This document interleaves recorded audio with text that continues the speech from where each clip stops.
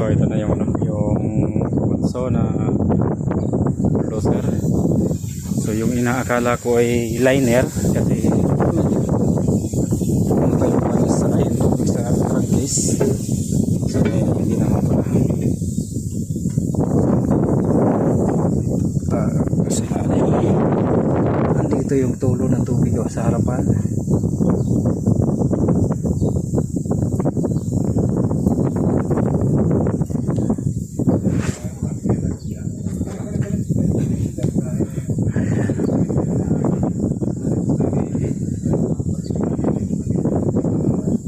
So nandito, chinik ko na yung yung liner number 1 saka hanggang sa dulo, hanggang 6. Wala siyang tubig dito.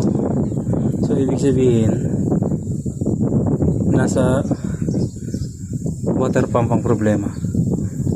Dito kasi yan dyan banda sa dito. Ang taas nito, dyan yung water pump. Nandito siya. Nasa harapan ng tagas, hindi sa likod. Kasi kung liner dapat nandito yan sa may piston. Kasi dito yan.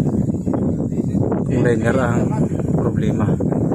So hindi naman liner, nandito siya. Harapan siya sa may water, sa may oil pump. Kaya sa siya sa ito water pump ang problema.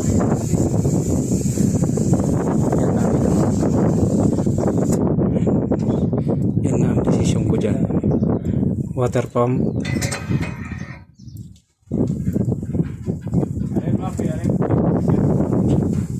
So ngayon okay na. Na-trace ko na yung problema nitong bulldozer na to. Na-check ko na. Palilinisan ko dyan. So yun.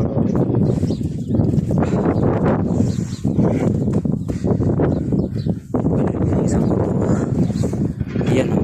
Yan ang water pump niya. Yan. Ito sa kasing ito. Yan. Sa baba. Ayan o. Ayan. Yan ang water pump. Yan ang papalitan ko. Hindi siya nagtagas dito sa labas. Ang nagtagas sa kanya ay nasa loob.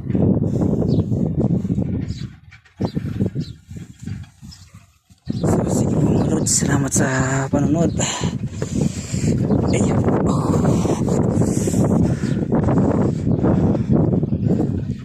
God bless sa inyo lahat.